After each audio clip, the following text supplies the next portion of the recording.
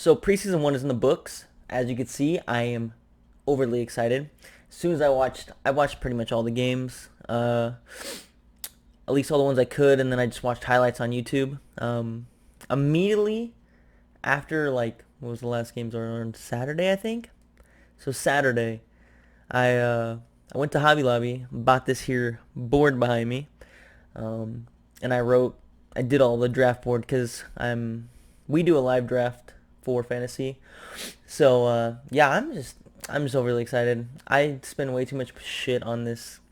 At being like a commissioner, spend too much money on this live draft thing, but it is insanely fun, and I cannot wait. So, yeah, preseason one's in the books. It was, I mean, it was pretty awful, but at least it was football, honestly.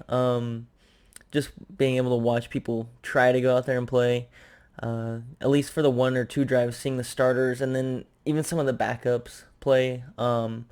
I'm basically just gonna get into things I liked, things I saw in week one. So mostly just good stuff. There's only one bad thing that I'm kind of worried about, fantasy wise, I guess. I'm just gonna start.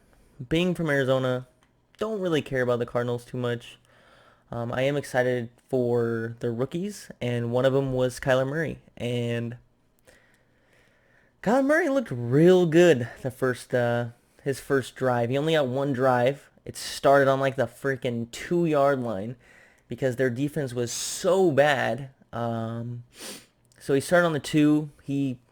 I think he only drove it like 40 yards, but like to start on your two, he was throwing dots like lasers, throwing those out routes, and those out routes aren't easy to throw. So he only had one incompletion, and it was because Keyshawn Johnson, not Keyshawn from back in the day, this is rookie Keyshawn, literally no relation whatsoever. Um, but he's actually been having a good training camp. Accidentally stepped out of bounds, then caught the ball, but in that play, Kyler, he evaded like two defenders, two linemen, and he looked fast. Like I heard he's fast. He obviously didn't run the 40, so we don't know much, but I mean, he's fast. He probably runs like a 4.3 something as a quarterback. But like that wasn't even the most like what I was impressed about. Honestly, it was more like his accuracy, his zip on the ball was retarded. I don't know. I could talk about it forever. I was in awe. So, another guy from that same division is Austin Walter. I don't Austin Walter. I don't know why I couldn't say that. He's from the Niners.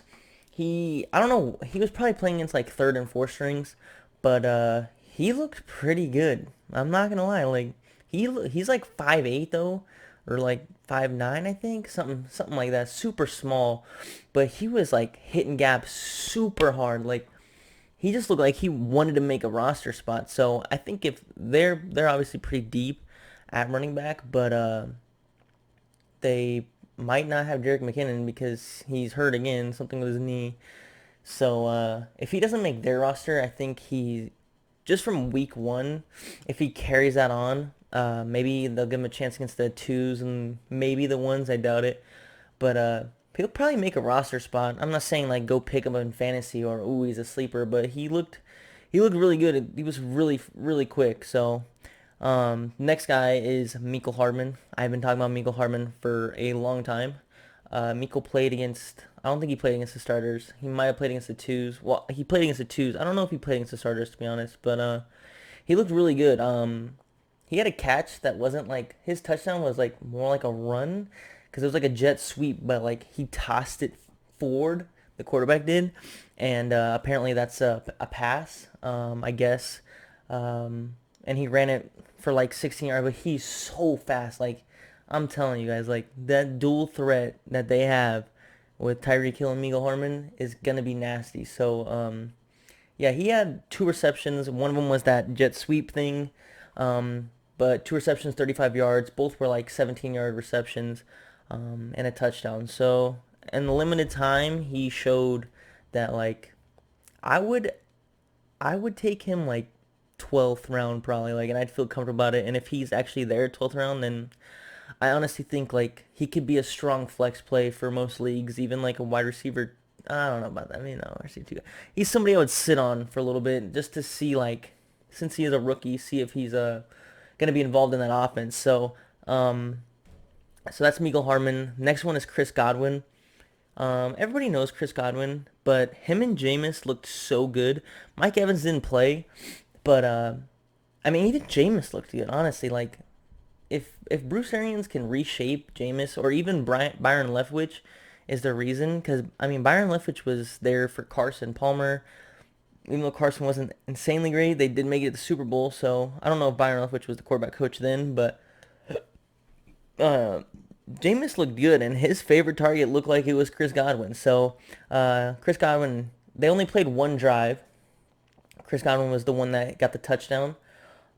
He only had 2 receptions for 20 yards, so I mean, average of 10 yards. Like I said, limited time. Preseason week 1, the starters aren't going to get a whole lot of time. They don't want to get hurt. They just kind of want to give them a little sample of what's going to happen. And so, but like no Mike Evans doesn't really affect him. I heard that they're both battling for the number 1 spot, which is nuts because Mike Evans he's Mike Evans. So, but I think Chris Godwin's gonna be one of those guys that moves up on draft boards. I think I'd probably take him. I don't know, maybe like 7th round, 6th round, and that could be a like really good pick. So that's Chris Godwin. The next one is, I hate the Steelers so much, but James Washington looked nasty. He looked like Antonio Brown. So if if he could be anything like Antonio, then they don't really need Antonio. I mean, look at Antonio right now. I don't want to play no more. He's kind of being a wussy, even though he just said that he's not going to retire over a helmet. The fact that he even, like, said that before, and that he was going to retire because of a fucking helmet, is ridiculous. But, yeah, so James Washington had 4 catches, 84 yards, and a touchdown. But, like, his catches were just nasty. And then it was against the 2s, and I don't know if he played against the 1s. I'm not gonna say he didn't, but I know he did play against 2s because he played like the whole first half. So I would like to see what he could do against like starters more, but in the limited sample that we got, he was pretty nasty. So I can see him and Juju being pretty solid. Obviously Juju is gonna be number 1, but yeah, I mean, James Washington is somebody to watch and somebody that is moving up on draft boards as well for fantasy. I'm assuming he's probably going like 10th round. People might reach, if they're Steeler fans, the limited that probably live. Actually, there's a lot of Steeler fans in Arizona, sadly. But yeah, so that's James Washington. This guy, everyone's bagging on. He's kind of like Kristaps Porzingis from the NBA. Like, drafted too high. Nobody knows about him. Daniel Jones, same state, so New York. New York likes those guys that just nobody knows about, or just they thought they reached way too hard. He was 5 for 5 with 67 yards and a touchdown. He was zipping the ball. Like, if he keeps this up, because this was all against 1s. I don't know if Eli played, to be honest. I think he might have played like 4. He had like 4 attempts or 3 attempts or something.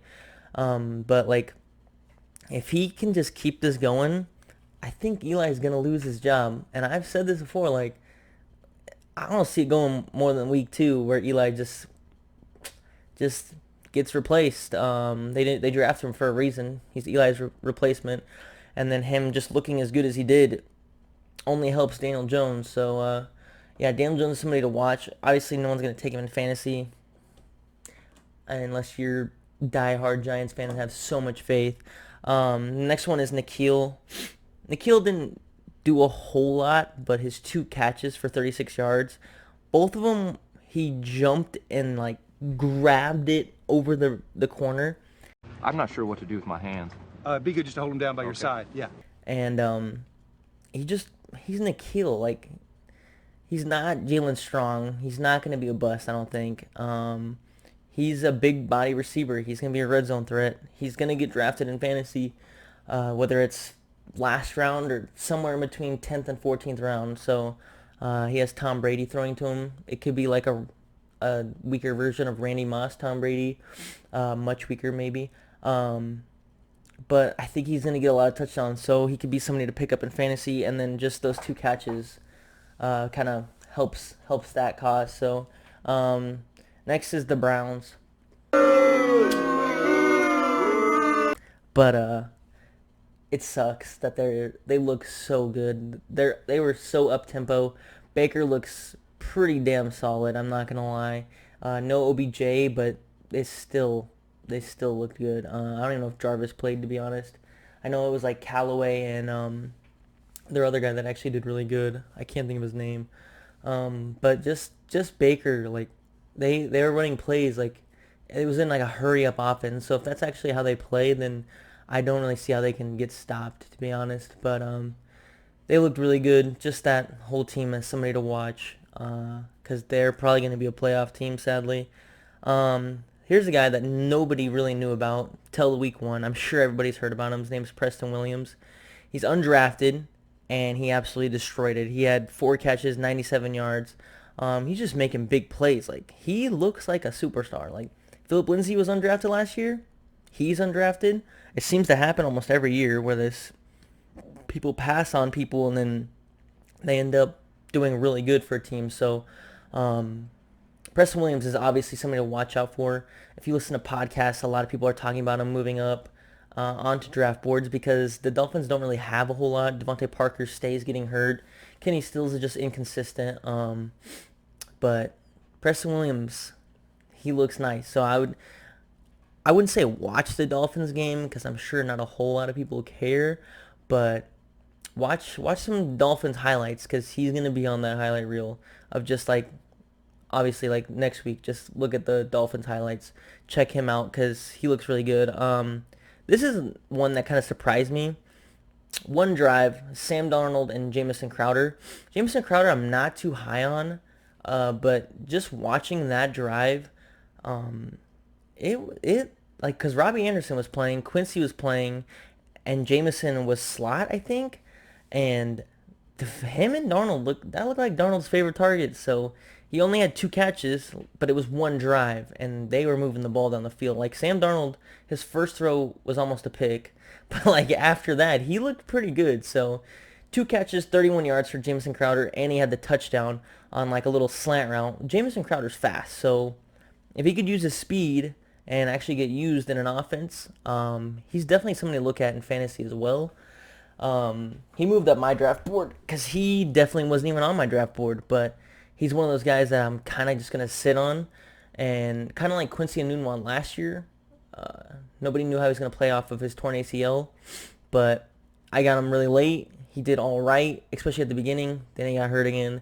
Jamison Crowder is somebody to just sit on and keep watching throughout the preseason. So that's all the good. I only have one bad, and it hurts me to say this, but like I've been saying it. DK looked like crap. Like crap. He had 1 catch on 4 targets. He had 8 yards. Like 2 of the catches, I don't know if I'm gonna be able to get clips of any of this. I will try. But he like literally just tried to run like in routes, like just or out routes, and or comeback routes, like, and he couldn't. Like he would just do a 5-step in, and the corner would be right there because it was so bad. Like it was terrible. How are you so athletically gifted, so quick, and you're like 6'5", and you can't run a fucking route? Why? How? Like he's got to work on that, man. Like it looks so bad, but I hope just it was preseason week 1 jitters or something, and because they've been hyping him up in camp, but he's making me want to draft Tyler Lockett a little higher because he might just not even play that much because he's so bad. Laquan Treadwell, maybe. But yeah, so that's my only bad that I kind of saw. I was just more disappointed And I'm sure Seahawks fans, unless you're super biased and you're like up DK's butt, then you're just like the real ones would be like, man, he needs some work. Like he's not ready to be number one receiver. But yeah, so that's my only bad one. If you enjoyed the video, make sure to subscribe to my channel, like the video, and as always, I appreciate the support. Yeah, I'll probably just do one of these every week. After maybe, well, obviously, games are like Thursday, Friday, Saturday, which is weird, but it's preseason. Hopefully, more starters play. It should end up like that. So, yeah, I appreciate you guys watching, and peace.